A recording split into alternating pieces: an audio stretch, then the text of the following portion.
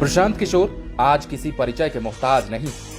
ये बिहार ही नहीं बल्कि पूरे देश की ब्रांड वैल्यू हो गए हैं। ये बड़े राजनीतिक रणनीतिकार के रूप में जाने जाते हैं। ये पॉलिटिक्स के पीके के रूप में फेमस है। नरेंद्र मोदी, नीतीश कुमार, ममता बनर्जी, कैप्टन अमरिंदर सिंह, जगन मोहन रेड्डी, अरविंद केजरीवाल जैसे दिग्गज नेताओं के चुनावी रणनीतिकार रहने वाले प्रशांत किशोर अचानक फिर से सुर्खियों में आ गए हैं। उन्हें अब सियासी गलियारे में भी सफलता मिलनी शुरू हो चुकी है। प्रशांत किशोर के समर्थित उम्मीदवार आफाक अहमद ने सारण शिक्षक निर्वाचन क्षेत्र में बाजी मारी। पॉलिटिकल एक्सपर्ट भी आफाक अहमद के रूप में प्रशांत किशोर की ये सबसे बड़ी जीत मान रहे हैं। इन दिनों वो लगातार जनसुराज यात्रा पर डटे हुए हैं और इस दौरान वे कभी महागठबंधन पर हमला करते नजर आते हैं तो कभी बीजेपी को निशाने पर लेते हैं। नीतीश तेजस्वी से लेकर लालू यादव और नरेंद्र मोदी तक पर तंज कस रहे हैं। लेकिन सबसे बड़ा सवाल है कि प्रशांत किशोर आखिर साथ में किसके हैं। पहले आपको सारण लिए चलते हैं। पिछले माह ही सारण शिक्षक निर्वाचन क्षेत्र में उपचुनाव कराए गए थे। यहां से आफाक अहमद की जीत हुई थी। इनकी जीत बिहार की सियासत में कई मायनों में काफी महत्वपूर्ण मानी जा रही है। सबसे बड़ी बात कि आफाक अहमद ने एक साथ एनडीए और महागठबंधन दोनों के उम्मीदवारों को पटखनी दी। दरअसल सारण शिक्षक निर्वाचन क्षेत्र पूर्व एमएलसी केदार पांडे के निधन से खाली हुआ था। इस वजह से यहां पर उपचुनाव कराया गया था। इसमें महागठबंधन ने स्वर्गीय केदारनाथ पांडे के पुत्र आनंद पुष्कर को अपना उम्मीदवार बनाया था। बता दें कि ये लेफ्ट फ्रंट की सीट थी और आनंद पुष्कर भी लेफ्ट फ्रंट के उम्मीदवार थे। लेकिन आनंद पुष्कर अपने पिता की विरासत को नहीं बचा पाए और उन्हें हार का सामना करना पड़ा। यहां से निर्दलीय उम्मीदवार आफाक अहमद को 11वें राउंड में 3055 मत मिले और उन्होंने जीत दर्ज कर ली। दरअसल आफाक अहमद शुरू से ही बढ़त बनाए हुए थे और अंत तक ये बढ़त कायम रही। इस जीत ने प्रशांत किशोर के कद को काफी बढ़ा दिया। दरअसल आफाक अहमद को प्रशांत किशोर का समर्थन मिला हुआ था। वो प्रशांत किशोर समर्थित उम्मीदवार के रूप में फेमस हो गए थे और आफाक अहमद ने भी इस जीत के बाद इसका श्रेय प्रशांत किशोर को खुलकर दिया। उन्होंने जीत के बाद अपनी पहली प्रतिक्रिया में मीडिया से यही कहा, ये हमारी नहीं बल्कि प्रशांत किशोर की जीत है। ऐसे में प्रशांत किशोर समर्थित उम्मीदवार की इस जीत ने बिहार के सियासी गलियारे में हलचल मचा दी। ये जीत पीके की बिहार पॉलिटिक्स में धमाकेदार एंट्री के तौर पर देखी जा रही है।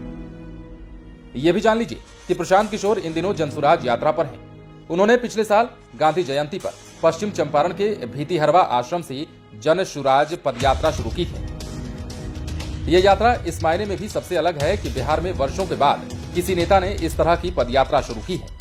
आज इनकी कंपनी करोड़ों की है। पॉलिटिकल एक्सपर्ट भी मानने लगे हैं कि बिहार के छोटे से गांव का ये लड़का आज इतना बड़ा पॉलिटिकल फिगर बन गया है। प्रशांत किशोर के शुरुआती सफर पर यदि बात करें तो पाते हैं कि इनका सफर बिहार के एक बेहद ही मामूली जिला बक्सर से शुरू हुआ है।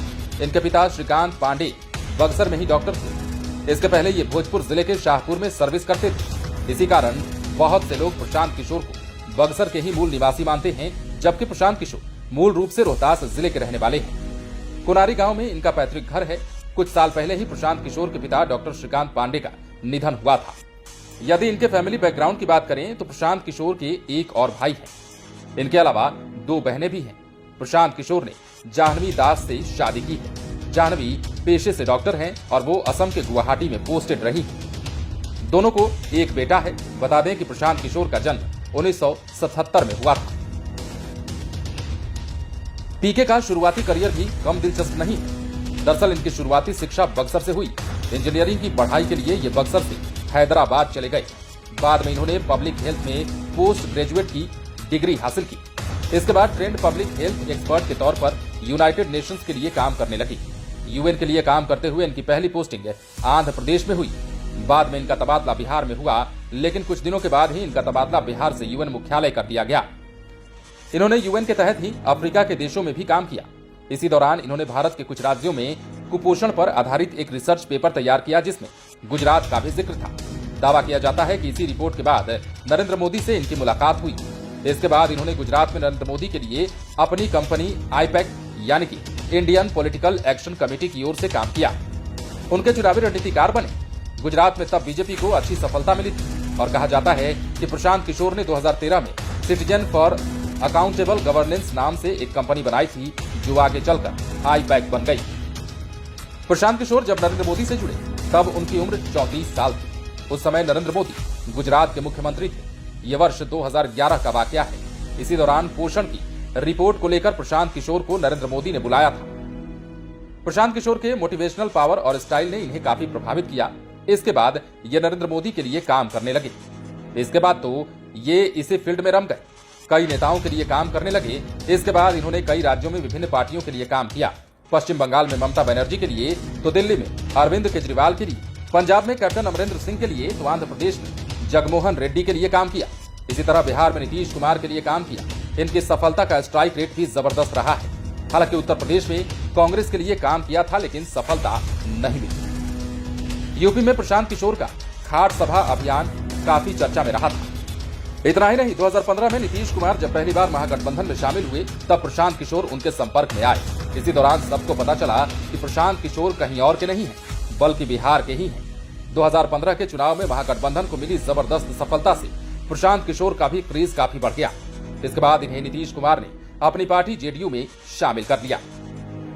ये पार्टी में राष्ट्रीय उपाध्यक्ष बनाए गए, लेकिन इस दौरान इनकी आरसीपी सिंह के साथ पटरी गड़बड़ा गई। बाद में ये जेडीयू से अलग हो गए। हालांकि अब तो आरसीपी सिंह भी जेडीयू से बाहर ही हैं। लेकिन अब चुनावी रणनीतिकार से प्रशांत किशोर का मन उब गया और वो पूरी तरह पॉलिटिक्स में उतर गए। कहा जाता है कि इनकी नजर 2030 के बिहार विधानसभा चुनाव पर है। दरअसल ये अरविंद केजरीवाल की तरह अपनी नई राजनीतिक जमीन बनाना चाहते हैं। इसी को ध्यान में रखते हुए गांधी जयंती पर इन्होंने जनसुराज यात्रा शुरू की। इसे पदयात्रा का नाम दिया गया है। इस दौरान ये गांव-गांव का भ्रमण करने के साथ ही स्थानीय लोगों से जनसुराज संवाद भी स्थापित कर रहे हैं। उन्होंने जनसुराज यात्रा शुरू करने के समय कहा था, मैं उन लोगों में से नहीं हूं जो बगैर सोचे काम करता हूं। मैंने बिहार में सिर्फ लड़ने का नहीं, जीतने का भी खाका तैयार किया है। वे बेहतर और विकसित बिहार के लिए अगले 12 से 15 महीनों में यहाँ के शहरों, गांवों और कस्बों में 3500 किलोमीटर की पदयात्रा करेंगे। बहरहाल प्रशांत किशोर जबरदस्त ढंग से महागठबंधन के नेताओं पर बरस रहे हैं। तेजस्वी यादव पर कभी 9वीं फेल होने को लेकर, तो कभी लालू यादव का बेटा होने पर निशाना साध रहे हैं। वहीं नीतीश कुमार पर भी खूब बरस रहे हैं। यहां तक कि नरेंद्र मोदी और बीजेपी को भी वो निशाने पर ले रहे हैं। लेकिन बीजेपी की तुलना में महागठबंधन उनके निशाने पर ज्यादा है। हालांकि ये भी कह रहे हैं कि बिहार में एक समय एनडीए के 39 सांसद थे, लेकिन सभी एक साथ बिहार के विकास के लिए कभी नहीं बैठे। वहीं जिस तरह एमएलसी चुनाव में प्रशांत किशोर के उम्मीदवार को सफलता मिली है, उससे दोनों ही खेमों में हलचल है। प्रशांत किशोर के समर्थकों का कहना है कि ये तो शुरुआती सफलता है, आगे आगे देखिए होता है क्या। लाइव सिटीज के लिए पटना से राजेश ठाकुर की स्पेशल रिपोर्ट।